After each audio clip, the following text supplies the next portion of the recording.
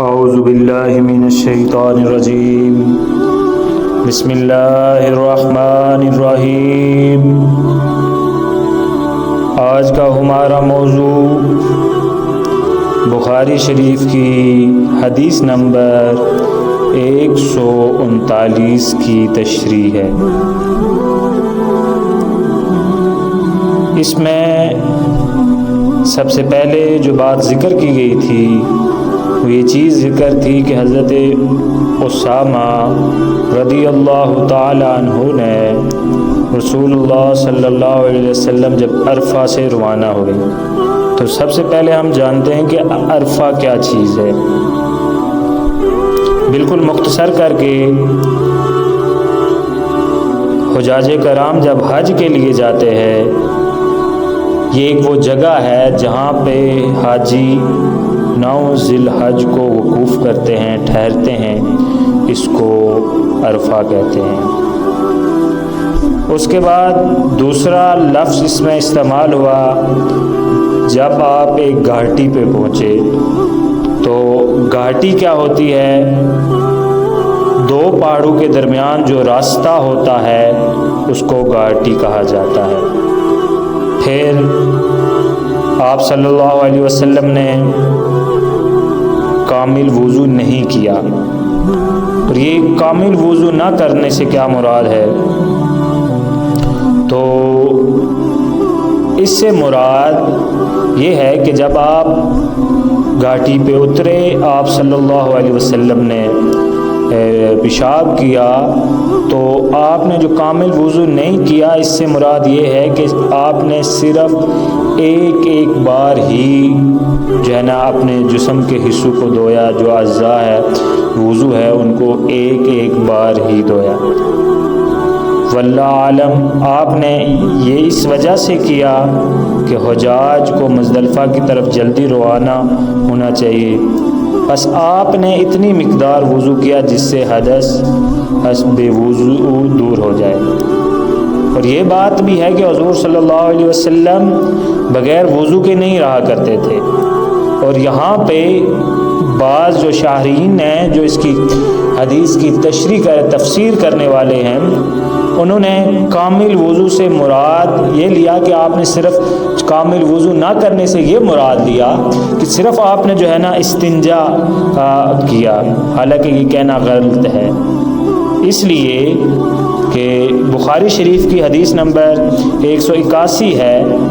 اور حضرت اسامہ نے آپ کو وضو کرایا، جس میں یہ ذکر ہے کہ حضرت اسامہ نے آپ کو وضو کروایا۔ حضرت اسامہ بن زید بیان کرتے ہیں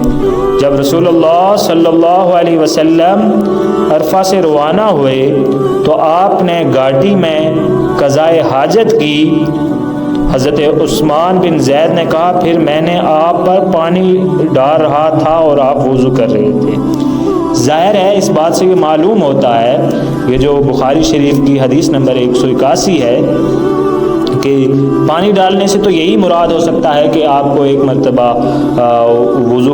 کروایا گیا، اس سے قطعاً یہ مراد نہیں جو خلاف ادب، خلاف حیا، اور ایسا ممکن بھی نہیں ہے کہ جو ہے نا حضرت عثمان بن زید رضی اللہ تعالیٰ استنجے کے لیے جو ہے نا وہ حضور علیہ الصلوۃ والسلام کو پانی ڈال رہے ہوں گے، جو قطعاً کسی بھی صورت میں درست نہیں۔ اس بات سے اس حدیث سے یہ معلوم ہوتا ہے کہ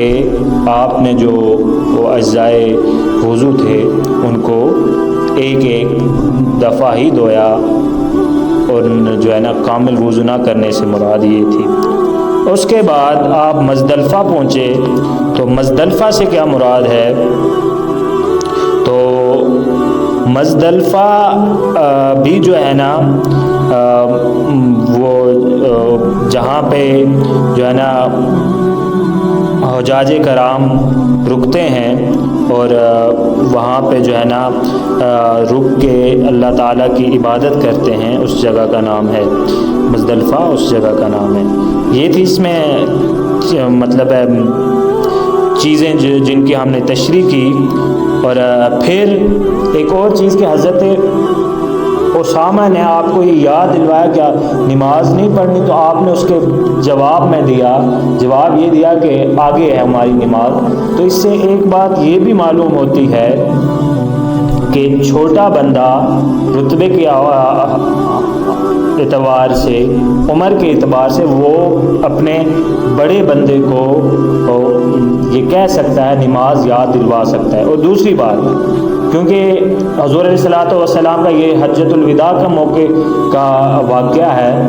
تو اس سے پہلے حضرت اسامہ کو یہ بات معلوم بھی نہیں تھی کہ جو ہے نا مزدلفہ میں جو ہے وہ جو ہے نا نمازوں کو